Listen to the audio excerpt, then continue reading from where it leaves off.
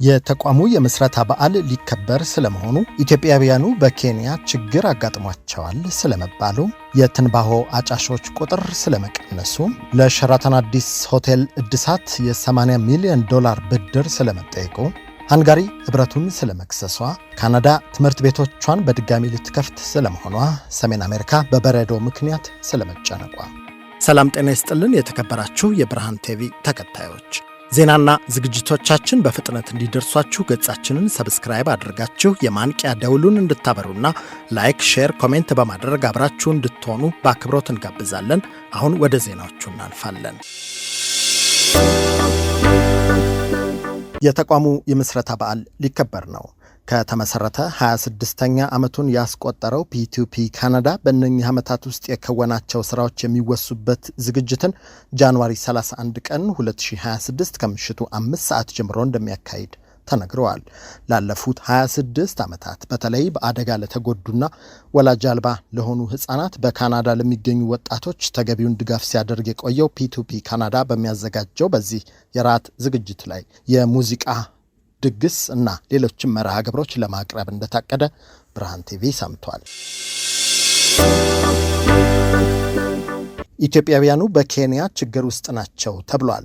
በሰሜን ምስራቁ የኬንያ ክፍል የምትገኘው ማንዴራ ግዛት ውስጥ የሚኖሩ ኢትዮጵያውያን ከሰሞኑ በከተማይቱ የሚኖሩ ኢትዮጵያውያን በማይክሮፎን ጭምር በተላለፈ መልእክት እስከ የካቲት 5 ድረስ ለቀው እንዲወጡና በተጠቀሰው ቀነ ገደብ መሰረት ከአካባቢው ካለቀቁ ለህይወትና ንብረታቸው ኃላፊነት እንዲወስዱ እንደተነገራቸው አመልክተዋል። በተላለፈው መልእክት ስጋት ላይ መውደቃቸውን ለጀርመን ድምፅ የተናገሩት ኢትዮጵያውያኑ ስለ ጉዳዩ የማንዴራን አስተያየት ቢጠይቁም ውሳኔው የጎሳ ሽማግሌዎች ያሳለፉት በመሆኑ እኛን አይመለከትም የሚል ምላሽ እንዳገኙ ተናግረዋል። ነዋሪዎቹ አክለውም ሽማግሌዎቹ ለምን ይህን ውሳኔ እንዳሳለፉ ለማወቅ ጥረት በምናደርግበት ጊዜ በየጊዜው ቁጥራቸው እየበዛ የመጣው ኢትዮጵያውያን ሀገራችንን እየወረሱ ሃይማኖታቸውን እያስፋፉ ነው፣ ምግብ ቤቶችንና ሻይ ቤቶችን በመክፈት የማንዴራ ሰዎችን የስራ ዕድል እየተሻሙ ነው የሚል ምክንያት እንደተነገራቸው፣ ኢትዮጵያውያን ሰራተኞችን ቀጥራችሁ የምታሰሩ ደሞዛቸውን ከፍላችሁ ሸኙ የሚል ትዕዛዝ እንደተላለፈ ሰምተናል ብለዋል። የትንባሆ አጫሾች ቁጥር መቀነሱ ተሰምቷል። በየጊዜው እየጨመረ ለመጣው የሰዎች ህልፈት ሰበብ የሆኑት ተላላፊ ያልሆኑ በሽታዎች ዋነኛ መንስኤ አንዱ የሆነው የትንባሆ አጫሾች ቁጥር እየቀነሰ መሆኑን አንድ ጥናት አመልክቷል።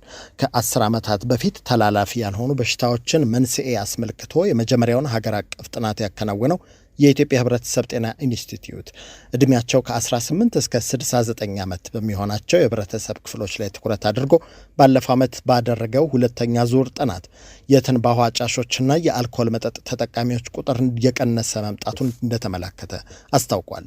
በዚህ ረገድ ይህ ውጤት ቢገኝም የጫት ተጠቃሚዎች ቁጥር አሁንም ከፍተኛ በመሆኑ ትኩረት ተሰጥቶ ሊሰራበት እንደሚገባ በኢንስቲትዩቱ የጥናት ዳይሬክተር የሆኑት ዶክተር አደራጀው መኮንን መናገራቸውን የዘገበው አዲስ ስታንዳርድ ነው።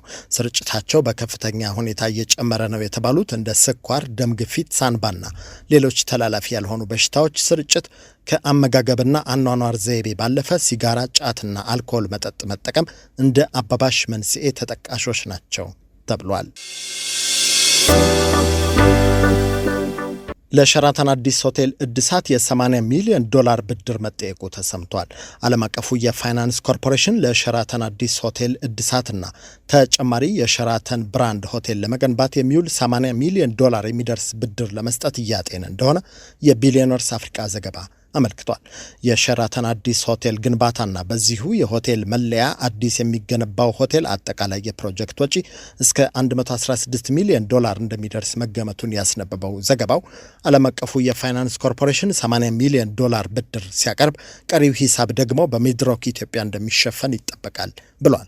በሳዑዲ ኢትዮጵያዊው ቢሊዮነር መሐመድ አሊ አልአሙዲ ባለቤትነት የሚተዳደረው ሚድሮክ ኢትዮጵያ የሆቴሉን የአልጋ ክፍሎች ቁጥር 294 ለማድረስ አልሞ በ2023 የጀመረውና በ2026 ይጠናቀቃል ተብሎ የሚጠበቀውን ግንባታ ሲያበቃ ሸራተን አዲስ ሆቴልን አሁን ካለው ደረጃው ከፍ አድርጎ ሆቴሉ የመሪዎች፣ ዲፕሎማቶች፣ ታዋቂ ግለሰቦች ተመራጭ ማረፊያ እንዲሆን አዲስ አበባን የዓለም አቀፍ የኮንፈረንስና የዲፕሎማሲ ማዕከል ለማድረግ እንዳቀደም ተጠቅሷል። በተጨማሪም ሚድሮክ ኢትዮጵያ በአዲስ አበባ ቂርቆስ ክፍለ ከተማ በተረከበው 2.5 ኤከር ቦታ 200 የመኖሪያ ቤቶችን ለመገንባት እንዳሰበም በዘገባው ላይ ለትውስታ ተጠቅሷል። ሃንጋሪ ህብረቱን ከሳለች። የአውሮፓ ህብረት የሩሲያ ጋዝ መግዛትን በተመለከተ ያስተላለፈው ውሳኔን ሀገራቸውን እንደማትቀበል የጠቀሱት የሃንጋሪ የውጭ ጉዳይ ሚኒስትር ፒተር ሲያርቶ ጉዳዩን ህግ ፊት ለማቅረብ እንደታቀደ አስታውቀዋል። ውሳኔው በይፋ እንደተነገረ ወዲያውኑ የአውሮፓ ህብረት ፍርድ ቤት ህጋዊ እርምጃ እንዲወስድ እንጠይቃለን ያሉት ሚኒስትሩ ውሳኔው እንዲሰረዝ ለማድረግ ማንኛውንም ህጋዊ መንገድ ሁሉ መጠቀማችን አይቀርም ሲሉ በኤክስ ገጻቸው ላይ አስፍረዋል። የአውሮፓ ህብረት የሩሲያ ጋዝ ወደ ቀጠናው እንዳይገባበት የወሰነው ማዕቀብ መጣልን እንደ የንግድ ፖሊሲ በማድረግ ነው ሲሉ ሲያርቶ ተናግረው አክለውም ይህ ከአውሮፓ ህብረት መተዳደሪያ ህግ ጋር ሙሉ ለሙሉ የሚቃረን ነው። ሃንጋሪ ከሩሲያ ዘይትና ጋዝ እንዳትገዛ መከልከሏ የሃንጋሪ ዜጎችን የኃይል ወጪ በከፍተኛ ሁኔታ በመጨመር ብሔራዊ ጥቅምን የሚጎዳ ነው ብለዋል።